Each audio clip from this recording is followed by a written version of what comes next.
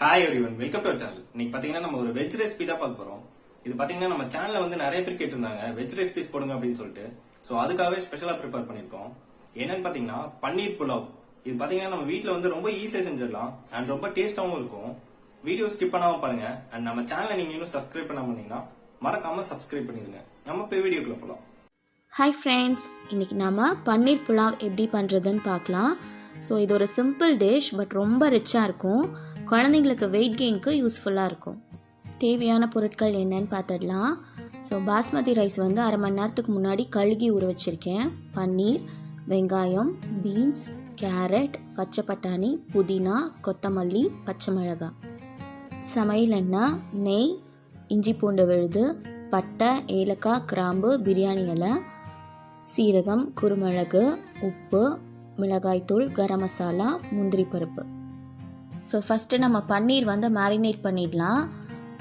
பன்னீருக்கு தேவையான அளவு உப்பு போட்டுட்டு கொஞ்சமாக மிளகா பொடி வந்து தூவி நல்லா கலந்து வச்சுக்கோங்க.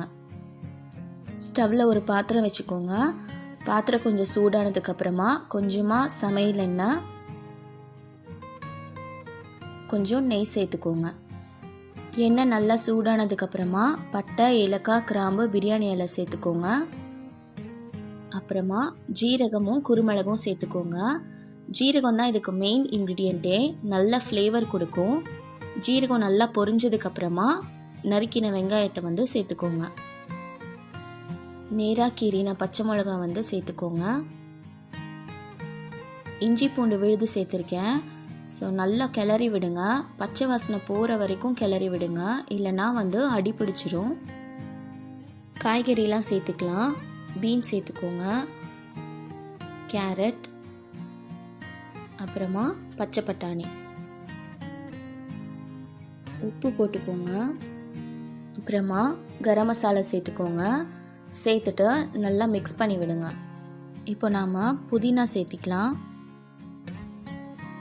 அப்புறமா கொஞ்சம் கொத்தமல்லி தழை, நல்லா கிளறி விடுங்க. இப்போ வந்து நம்ம அரிசிக்கு தேவையான தண்ணி வந்து சேர்த்துக்கலாம். 1 டம்ளர் அரிசிக்கு 1.5 டம்ளர் வந்து அளவு. கடாயில் எண்ணெய் எடுத்துக்கோங்க. எண்ணெய் சூடானதுக்கப்புறமா பன்னீர் போட்டுடுங்க. மீடியம் ஃப்ளேமில் வச்சு ஃப்ரை பண்ணுங்க. லைட்டாக ப்ரௌன் கலர் ஆகிற வரை ஃப்ரை பண்ணுங்க. இந்த மாதிரி ஃப்ரை பண்ணி எடுக்கணும். முந்திரி பருப்பு இந்த மாதிரி நெய்யில் போட்டு ஃப்ரை பண்ணி எடுத்துக்கோங்க. தண்ணி நல்லா கொதிச்சதுக்கப்புறமா பாஸ்மதி ரைஸை வந்து சேர்த்துடுங்க. நல்லா மிக்ஸ் பண்ணிவிட்டு மூடி போட்டு வேக விட்டுடலாம். சாப்பாடு 80% வெந்துடுச்சு.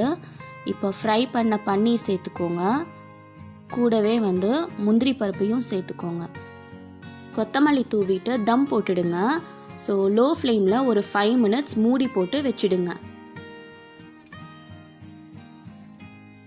5 நிமிஷத்துக்கு அப்புறமா நெய் மேலே சேர்த்துக்கோங்க. சேர்த்துட்டு அப்புறமா சர்வ் பண்ணுங்க. நம்மளோட பன்னீர் புலாவ் சூப்பர்பாக ஸ்மெல் வருது. ஸோ ரைஸ் கூட நம்மளுக்கு உதிரி உதிரியாக வெந்திருக்கு. இதில் சில்லி பவுடர்லாம் போடாததுனால குழந்தைங்க விரும்பி சாப்பிடுவாங்க. பன்னீரோட டேஸ்ட்டும் எம்மியாக இருக்கும். ஸோ நீங்களும் வீட்டில் ட்ரை பண்ணி பாருங்கள். ஸோ இப்போ நம்ம தயிர் கூட உப்பு ஆட் பண்ணிவிட்டு நீள நீளமாக கட் பண்ணியிருக்க வெங்காயத்தையும் சேர்த்தா ஆனியன் ரைத்தா ரெடி. பன்னீர் புலாவ் ஆனியன் ரைத்தா ரெடி ஆகிடுச்சு. ஸோ தேங்க்யூ ஃபார் வாட்சிங். வீடியோ பார்த்துருப்பீங்க, கண்டிப்பா உங்களுக்கு பிடிச்சிருக்கும்னு நினைக்கிறேன். உங்க வீட்ல ட்ரை பண்ணி பாருங்க. ட்ரை பண்ணிட்டு எப்படி வந்திருக்கு அப்படிங்கறத கமெண்ட் செக்ஷன்ல மறக்காம பதிவு பண்ணுங்க. அண்ட் நம்ம சேனல்ல ஏதாவது டிஃபரெண்டான ரெசிபி போடணும்னாலும் அதே கமெண்ட் செக்ஷன்ல சொல்லுங்க. இந்த வீடியோ உங்களுக்கு ரொம்ப பிடிச்சிருந்துச்சு அப்படின்னா லைக் பண்ணுங்க. உங்க ஃப்ரெண்ட்ஸ் அண்ட் ஃபேமிலிஸ்க்கு மறக்காம ஷேர் பண்ணுங்க. நான் இன்னொரு வீடியோ உங்களை மீட் பண்றேன். தேங்க்யூ.